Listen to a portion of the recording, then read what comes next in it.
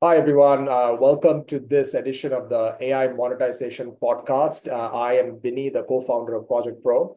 And like you know, the focus of the podcast is to speak with industry practitioners and leaders to see what ROI and business outcomes they are seeing with AI. There's no one better to discuss that than someone like Anurag, who has spent over a decade at a combination of McKinsey and AWS, advising enterprises on what business problems to solve with AI and how to realize ROI. Anurag has also kind of seen the various flavors of what we call GenAI today. Everything starting from statistics to data science to machine learning to AI to deep learning to GenAI right now. Anurag, thank you so much for taking time to do this. Welcome to the podcast. It's a pleasure. Thank you so much. Very happy to be here.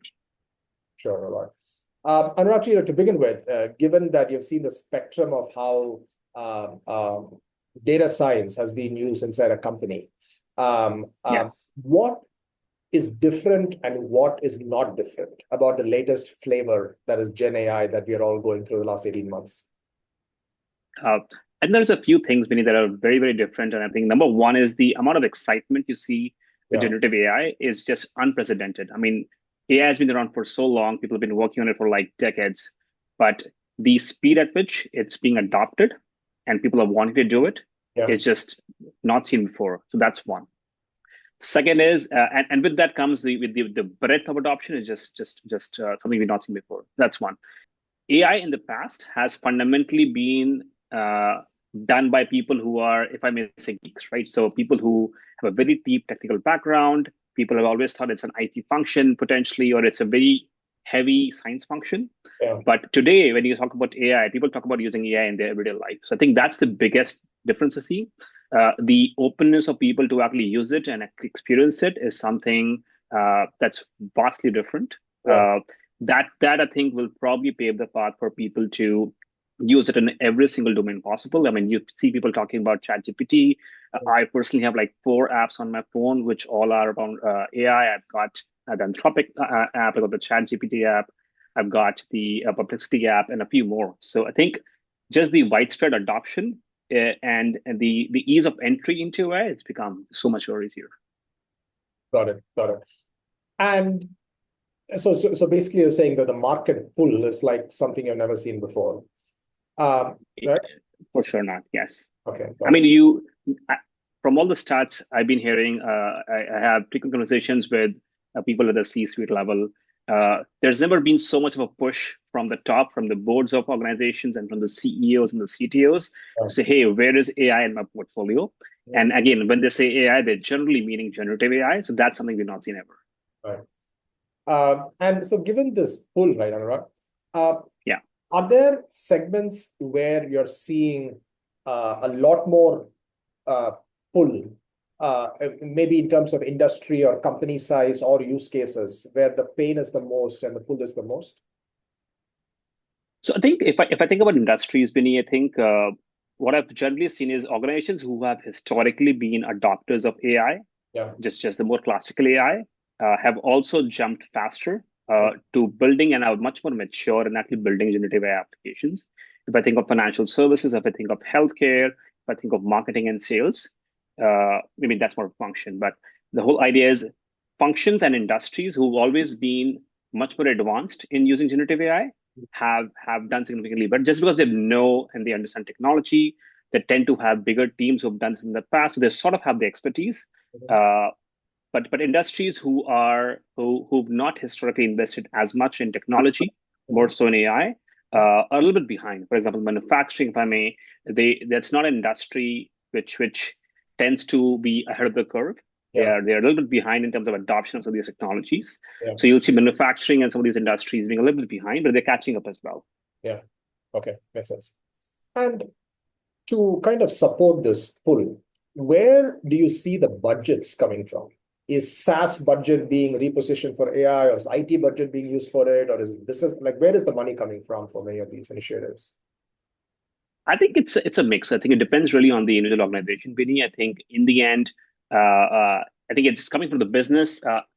IT budgets are being repurposed at many places. You'll see some organizations who will say, hey, instead of working on classical ML projects, I'll probably invest more on generative AI projects. But a lot of times there's a lot of push coming from the top saying, hey, we want to invest here. Here's a budget. Go work on it. So there's all flavors depending on the organization. Got it. Got it. Okay. And then when a company is considering solutions, Anurag, there is a spectrum of everything from no code, low code, agentic frameworks, Yeah. the SaaS tools, there's custom build, and either you internally build it or you give it to a vendor. There's a spectrum, right? Yes. What kind of users tend to migrate to which of these kinds of solutions, and what patterns are you seeing there? Let me think about that. I think fundamentally, solutions which are very much productized, right? Nobody wants to build them, right? So it doesn't make sense. There's never a business case to be building something that's actually readily available, fits most of your needs. So you would never want to actually go and invest and try to build up something of that on your own, right? So things like, if I may, just summarization, or like imagine call logging, call summarization, translation. Yeah. That stuff for which you already have a lot of applications out on the market. You don't want to go and build some of those applications. Yeah. But there's lots of scenarios where a business has a need for something that's clearly bespoke. Yeah. For such things, you will want to, of course, build your own thing for multiple reasons. Some organizations might want to keep their IP to themselves, which is really crucial. So if fundamentally an application is crucial to your own IP, you do not want to be trying to buy it. First of all, there's nothing probably there out in the market that's going to support your needs. That's number one. At the same time, there's a lot of fear in the market around, hey, if I use my proprietary data with models which are from third parties, there's a fear. And it's probably incorrect, but there's always this fear saying, hey, what's going to happen to my data? Even though you've got all the rules in place, all organizations promise that that's not been used in the models, that fear from organizations is going to stay for some time at least. So I think such organizations are also tending towards trying to do their own thing. Yeah, makes sense. You know, the last point you brought about the data privacy fear, with the potential that people are scared their data might be used to uptrain the foundation models. If we can just spend a minute on that, because we hear that so much, and it's kind of it's weird because you hear it so much as a concern, but on the other side, there are very clear guidelines by the model companies where you can actually turn it off and they won't do it. So what is fueling? Is it ignorance? What is fueling the concern? Like, I wouldn't say it's ignorance, Binny. I think it's just some organizations have built those relationships over the course of time, and so they would trust the vendors, if I may, a little bit more. They're just more open. I think it's very cultural, if I may. Some organizations, it also depends on like the kind of industry you're in, right? So if you're in a highly regulated industry, if the implications of the data you're handling are much more significant, you probably want to be a little more careful. So I wouldn't say it's ignorance. I think everybody knows what the rules are. What are the EULAs that are associated with the models? It's being extra careful. I think all this is fairly new, Benny. And I mean, we keep hearing that, hey, all the data out there on the internet has already been used to in the model. So all that's left is really your proprietary data. I think that's probably part of it. It's fear. I wouldn't say it's incorrect. If your data gets out and somebody gets to train their models out of that, there is a lot of risks. There's privacy risks. There's risk with respect to your IP. I think the downside is just so high that some organizations tend to be more careful, and that's fair. I think with time, as the use of these models becomes more and more common, we're still like just 2 years into this journey. It's still very, very fresh. Maybe like 2 or 3 years, maybe 5 years from now, organizations tend to understand how that happens and they start to trust. It's very much like what you saw with the advent of the cloud. Nobody wanted to use the cloud. The cloud journey itself is like 20 years old. And when you first thought of the idea, right? I mean, nobody would have ever imagined that all of your data centers, everything, your storage, your computers, all going to be on the cloud. But people do it like it's very normal today, right? It's taken some time to get there. I think it'll be the same with the models as well. Yeah, makes sense. I mean, even today, on-prem is a huge thing inside financial services and things like that. Right? It is. And you'll see lots of customers of my customers, they have very strict rules around saying, hey, we're working with you just because your privacy, and we do not want your data to be on the cloud. And there's very clear rules they have, contracts in place. So it really is there's customers who will always be more comfortable with being ahead. I would say they're more comfortable with just acknowledging that risk that potentially exists, but being okay with it. And there's others who might say, I want to take a more conservative approach, and I might not get all the benefits, and that's okay. It's a trade-off they want to make. Makes sense. Okay. And Anurag, from your experience working on AI use cases across industries, right? Where does the initial catalyst or the champion usually come from? Is it usually the business unit leader, maybe a supply chain head or a marketing head who says, I want to do this use case and let's go down the path? Or is it IT or is it data science? Where's the largest proportion of champions do you see coming from? I think maybe there's just two ways this could possibly happen. One is, hey, the IT or the COE function comes about and says, let me help you solve your problems, right? And the other way is a business says, I have a problem, can you guys help me?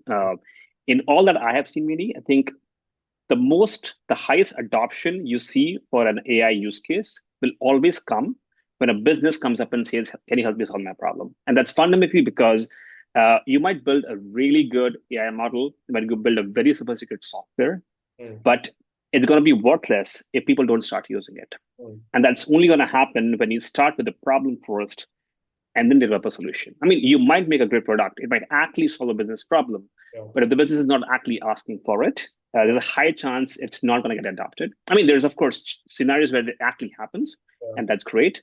But fundamentally, I think the problems and the push comes from the business. I mean, when I look for, hey, where should we work with customers to actually build the solutions in my current role?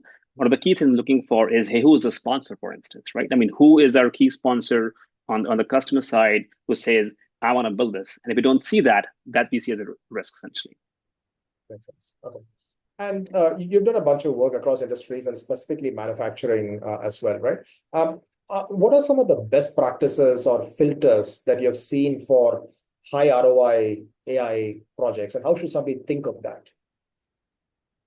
So when I say think ROI, when you think there's maybe two things to think about. One is a use case by use case. So you might say, hey, I've got 20 things. What do I work on, right? So, and for that, it's a pretty standard process. You might see in like any industry from anyone. You might say, hey, let me look at my 2x2 of impact as well as effort. And you might say, hey, I want to just classify all my use cases in that 2x2, figure out which are my low-hanging fruit. But you also want to say, let me also make some big bets and actually invest in some use cases which have a really high potential. Of course, there's a trade-off. The low-hanging fruit you're going to get easily, but the high impact use cases might take you some more time. So I think the usual approach I tend to recommend is start with the low-hanging fruit, especially if you're early on your AI journey. Use that to build your muscle and know how to do it well. Get some quick wins. That is really important to get business buy-in. The business has to see that AI works and AI works for us, especially for organizations early in their journey. Once that hurdle is over, you want to start investing in some use cases which actually have big potential and have a much bigger ROI. So that's more the use case lens, like which use case should I work on. But what's also really important, Bini, is having a much more holistic step back lens for your organization. And that's really crucial because as an organization, you never really work on one or two use cases. You want to have like a cluster of like 20 use cases and you have a whole roadmap. Until you have that whole roadmap, Bini, it's very difficult to invest in the people, process, and technology to have a good ROI.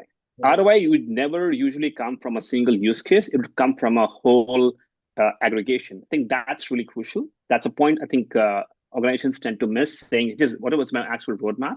They think like more use case specific. Let me just prioritize 2x2, pick up my 2 use cases. I think that's just not enough. Yeah, makes sense. Okay. And who do you see being staffed to build these projects? Is it the traditional data science team, or given how easy it has to become to do many of these things, is it full stack developers being put on similar projects? Is it a combination? How are you seeing that play out? You mean to say on these generative AI projects right now? Yeah. So if it's so it depends on the archetype, Bini, right? So if it's more of you're using actually a ready to use software like a SaaS product, and you're just using it in your daily job, I think you would have anybody use it. But if you're fundamentally actually building an application that's more of a build format than a buy format, I think you still need your traditional data science team. You still need a data scientist, MLE, your architect. I think all those archetypes are still very much required, Vinny, especially for these build formations. Although it's easier, I think fundamentally building these bespoke applications is still very complex. There is a lot of fine tuning. You don't have the typical machine learning cycle of like taking your data, cleaning it up, test train, all that good stuff. A flavor of that still exists. But I think the the task, the time is spent on fundamentally different things. It's like choosing the model, tuning the model parameters, just fundamentally understanding how to evaluate. These all require a mix of skills, but I think fundamentally you do need data science to build some of these applications. That'll not go away, Vinny, I think, for some time. For some very simple applications, you might say, let me have somebody build it, but these are not like bespoke applications. For the bespoke ones, you need a whole team for sure. And other, specific AI use cases that come to your mind that have been very powerful, transformative, and given very nice outcomes to companies? If you could share a couple of those, that'd be great. And do you mean specifically manufacturing or just more generally? It could be anything. It could be manufacturing. It could be anything that just high performance outcomes. Yeah. Sure. So if I think of the highest performance use cases for generative AI specifically, Vinny, I think two come to mind, which are very, very popular. One is what's called IDP, also called intelligent document processing. The whole basic business problem is you got a bunch of documents, you got like millions of documents, and you want to be able to parse through them relatively quickly and be able to like just find answers in them. Historically, it's been a very difficult problem to solve. It has been solved. It is using classical ML models, but the accuracy and the performance has not been as much. Especially like just searching through the data has been very difficult. So that's one use case I've seen applied across lots of industries, lots of functions, very, very commonly used. That's the whole IDP use case. The second use case that's very common, again, lots of industries using that, is the general like customer call center use case. The whole idea is you wanna be able to provide better service to your customers who are trying to call you, and could come in two flavors. One is you're trying to use call deflection to say, I want to reduce costs for my contact center by deflecting calls that would come to my human agents and have them being serviced by an AI agent, essentially, without compromising, of course, the human experience, the customer experience. That's one element of it. The other element is, how do I actually personalize and make the life of the customer service rep much easier by giving them access to fast information, giving them call summaries, giving them coaching, things like that, which has like a bunch of a little bit of the RAG flavor, a little bit of summarization flavor. These two use cases, Vinny, fundamentally are, I think, from business problem perspective, the most commonly used right now. Got it. Makes sense. And for something like intelligent data processing, right? That's kind of a very horizontal. It could cut across multiple use cases, kind of thing, right? Yes, that's right. So inside IDP, are there more specific flavors of maybe the sales proposals or insurance underwriting or things like that, where you're seeing, or maybe on the manufacturing floor, some things like that? Are you seeing more pull in something like that? Yeah.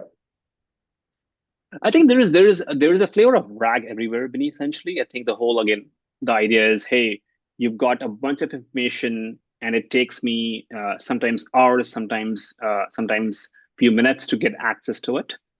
And when I'm able to actually access information really, really fast, right? I think so RAG is like the most common archetype there. For example, if you for the manufacturing, for instance, I would say, hey, you've got really complex manuals. If an engineer has to go down to a site which is down and has to figure out, these manuals are like 20 years old, hundreds of pages. How do I figure out quickly what to do to solve a given problem? You'll have to earlier, you'd have to like just go through the whole documentation. It could take you lots of minutes, lots of hours potentially. But now what you could do is like take a picture, ask a question to the AI. It'll give you a very contextually grounded answer. Give it using the documentation, give you exactly what you refer to for the detailed documentation. That has, I think, fundamentally made life very, very easy. That was an example on the manufacturing side. You would have the same example, for instance, for anybody trying to use internal knowledge at your organization. For example, like even internally at my current organization, we've got chatbots which search through everything possible and give me quick answers. I think that the whole like RAG archetype is very, very commonly used just to make knowledge search much faster. Got it. So in the manufacturing document Q&A use case, Anurag, would it be fair to say historically before GenAI, something like that would go to something like an L&D instruction design team who will put together a learning module to understand manuals that comes back to the shop, the manufacturing floor, and now that's all replaced by IDP Q&A? Would that be what's happening right now? I wouldn't say fundamentally replace, Vinny. I think replace is very still quite far away. But I think the workflow has just become much smoother. I mean, what could have taken sometimes hours, sometimes days to research. So the time to actually solve the problem could have been much longer. I think that whole cycle becomes much more compressed, right? So I think you still need the exact same specialist to the exact same job. However, you just able to have them source things faster, get to the context really quickly, and hence come to a solution much faster. You might also have solutions which actually give you an answer, not just give you a Q&A. You might also be able to get like a step-by-step recommendation on like how to solve the problem that's at hand. So that's also true at times. Got it. Okay. Old. I mean, in the data science flavor of machine learning flavor of doing these things, Anurag, where getting high quality, clean data was critical and so much time was spent on that. Do you think that is less of a constraint right now? Because the way LLMs behave, they're very fuzzy about data and nobody's expecting 100% accuracy from them. Do you think it's less of an issue in the current GenAI world than it was before? As a data scientist, Vinny, my heart says no. I think fundamentally all these AI models rely on the data, right? So if the data is wrong and the data is not exactly accurate, it's not going to give you the right answers. And I think the flavor is different. And let me try and qualify that. So in the old world, you might say, hey, if my data was unclean, the machine learning model I'm using in actually training is just fundamentally wrong. It might have lots of outliers. The model tries to learn that, overfits, becomes a problem. There's a different problem then. But right now, when you're thinking about, hey, I'm going to throw in all of my unstructured data into like one big knowledge base, it's going to give me answers. It doesn't work that way. That will give you like the day one quick demo to say, hey, this works. But when you have to get into the nitty-gritties of these, let's say RAG solutions, I think, for example, you got to work on many more things. I think your data quality needs to be very, very robust. Your metadata becomes extremely important. For example, you might say, hey, I've got 10 versions of this manual who are from like 10 different years over the course of time. Hey, I need to make sure that given the question and given the context, I refer to the right one, right? For instance, you want to make sure that all the metadata is there. So when you're actually asking a question to a RAG solution, you want to make sure that you're able to pass on all the metadata as well along into the knowledge base, so that when you're searching for the right context and the right chunks in the data, they also come up. So I think data quality still remains extremely important. The flavor of it becomes a little bit different. Fundamentally, as I said, unstructured data has its own challenges compared to structured data. So it's a little bit different, but I think the essence doesn't change. I think you do need to make sure data is clean. If your manuals, for instance, have an old version which is not correct and they're not dated, the model will pick up, the RAG will pick up an old version and give you an answer. And you'll never know what has happened, right? And as people become more and more comfortable using these solutions, Vinny, I mean, there's always a human in the loop, right? But if there's a minor small difference in two versions and somebody just sort of assumes it's right because there's also a reference, there's a risk, right? So I would say data quality is still very, very important. The flavor has changed. Got it. And given your role, Anurag, you've been on both sides. You've been a technical data scientist. You've been the other side of helping business team leaders on solving business problems. What do you wish the MLEs and the data scientists did more of, or knew more of about the business side of things before attacking the problem?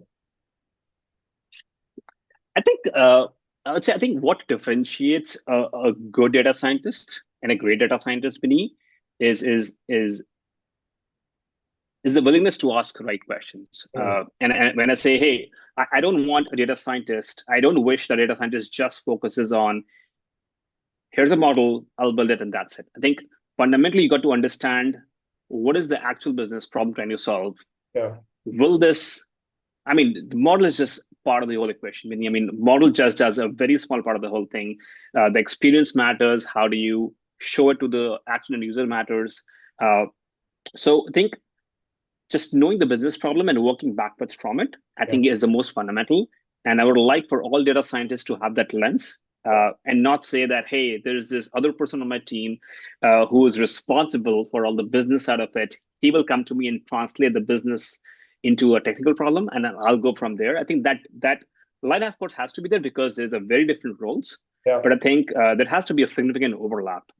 And if these two groups, if I may, work in completely different silos and are not having overlapping discussions, I think it's a problem. Got it. Got it. Makes sense.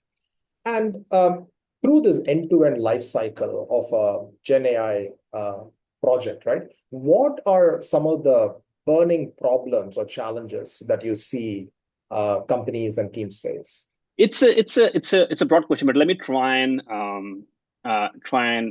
put some structure to it. I think if I think of any Gen AI solution, right? I think what you're trying to solve for is three things, right? Hey, to say does this work or not, right? You want to solve for accuracy, you solve for latency, and you solve for cost.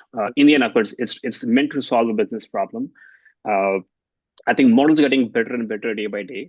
So I think the cost equation is getting better and better. I mean, models which used to be like a price X, and now price X by 10 these days. So it's gone down by quite a lot. If I talk about, so accuracy has been going up over the course of days. You see a new model come up very often. Cost is also going down, as I said. And at the same time, I think if I talk about latency, that's also getting better. So I think models are fundamentally getting better and cheaper, which makes it easier to use them. I think the biggest challenge, if I may, I think are two. One is making sure how do you fit a solution into the actual business workflow. You don't want to have a solution which is the standalone, doesn't actually integrate to an actual user workflow. That doesn't work. There was adoption. I think that's one. Second, I think is the whole risk perspective, Vinny. And there's various flavors of it. You want to make sure there's enough guardrails in place to avoid either providing incorrect solutions or hallucinating or having things like bias, things like that. You want to make sure what you're building is not just useful, it's also safe. I think so the whole safety perspective, Vinny, as well as the usability perspective is really, really important. And how have you seen teams kind of keep pace with how frequently new versions and better versions of these models come out? Because with every new version, right, the universe of possibilities, plus, like you said, the accuracy of your previous version, everything changes. That probably affects the budgets. How do people adapt in real time to this? I think it's a good problem to have. I would just qualify that. It's a good problem to have that things getting better. I think two things happen, Vinny. I think as models become better and better, the barrier to entry becomes easier. So a use case which might have been very infeasible from a cost perspective, the ROI might have been low or might have not been very high, becomes feasible very soon. So that's one thing to know, that it just actually enables more use cases. So that's one. I think the challenge that becomes is organizations are sometimes on the edge saying, hey, this is good. This use case with this model provides me with a lot of ROI already, but should I wait 6 more months to get a better model? Gives me 2x ROI potentially. I think so. It becomes a sort of a guessing game for organizations, and I think that's going to happen for a couple more years at least, I believe. To solve that, I think the fundamental way to just avoid falling into that process of thinking about when do I actually roll it out into production, for instance, is, hey, you need to make your whole AI workflow such that you're able to actually test and switch models relatively easily. What you don't want to do is get locked into a very specific model and just hardcode everything wherein, hey, if you have to like try out a new model tomorrow, it doesn't work. So agility, I think, is really, really important, Vinny. We will live in a world today wherein new things coming up very, very often. You want to be able to take advantage of those new models coming up. They might give you better cost, better latency, better performance. So we're not if your whole pipeline is not set up that way, it's going to be a challenge. And that's key. Okay. And in this world, Anurag, I mean, we have always had low-code, no-code solutions for a while. We have our AutoML tools like H2O and Data Robo and all of that. But what role do you see no-code, low-code tools playing in the GenAI world? How do you see them helping or being prevalent? Or...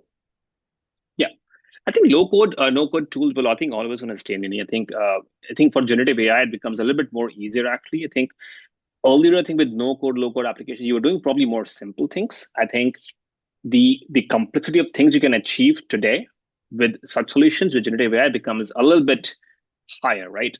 So earlier, you would probably be able to do very simple things like, hey, let me actually write a SQL query a little bit using these tools. Yeah. But now you could probably build like a pretty decent software using some models relatively easily, right? So I think the complexity of tasks you're able to do becomes much higher potentially. Of course, like nobody can deny the need for making sure what comes out is still accurate, still works for you. So you need to make sure that there's always a human in the loop, going to make sure that there's an expert who validates some of that.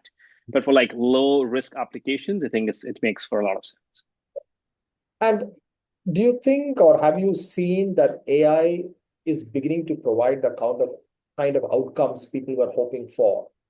Or where are we in that expectation versus deliverables? Yeah.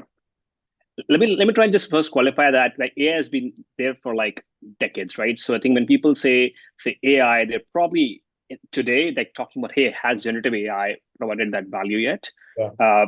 First, let's just start by AI. So AI has been there for decades.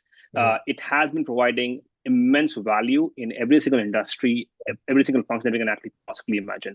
Yeah. And that has always been there. It's proven, organizations do it, they've been doing it forever, right? Yeah. To the point earlier, like now when people are saying AI, they're probably just meaning generative AI. They don't know it as well. Yeah. I think it's still early. It's been just like 2 years since people have been talking about it.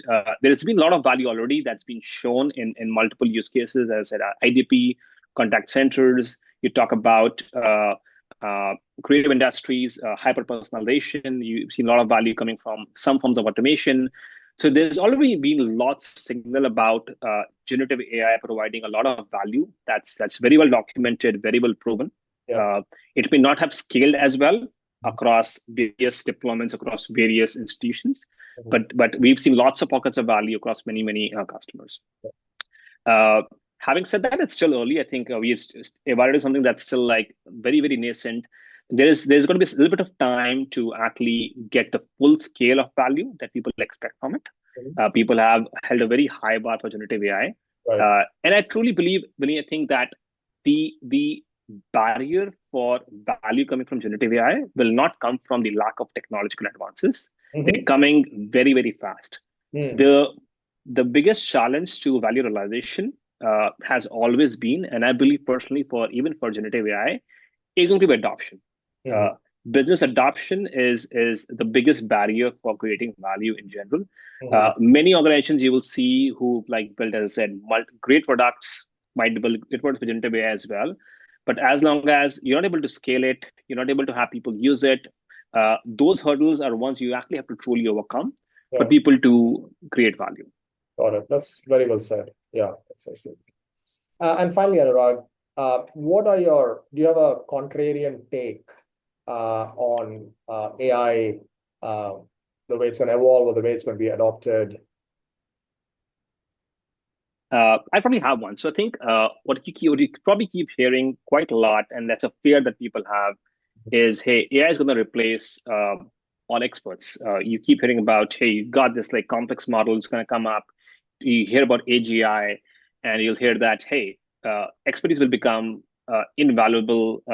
Everything's sort of automated, right? I think that will fundamentally not happen. I truly believe that instead of expertise becoming invaluable, it becomes even more valuable. And here's why. What AI will probably do is make general knowledge much more accessible. But as we've discussed, all these solutions, all these models, all these applications, tend to have a level of risk that always comes with them. These are non-deterministic models. You don't know what's coming on, right? So you need to make sure that there's an expert in the room, right? If I may, the human loop, which validates what's being said is real or not. Yeah. Given how complex and how smart these models have become, it sometimes becomes difficult to differentiate what's accurate and not, right? And that's where true expertise comes in.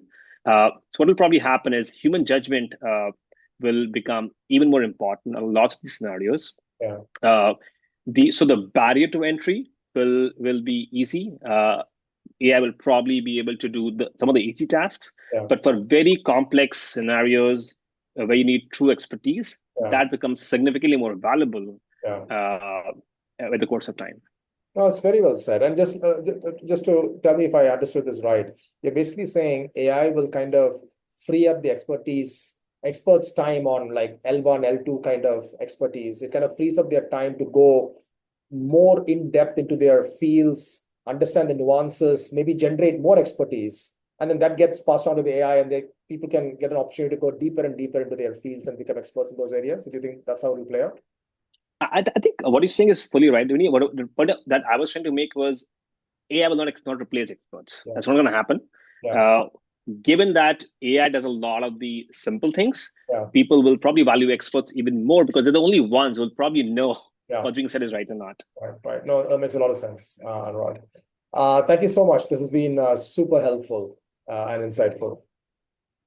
Of course, Vinny. Very happy to be here. Thank you.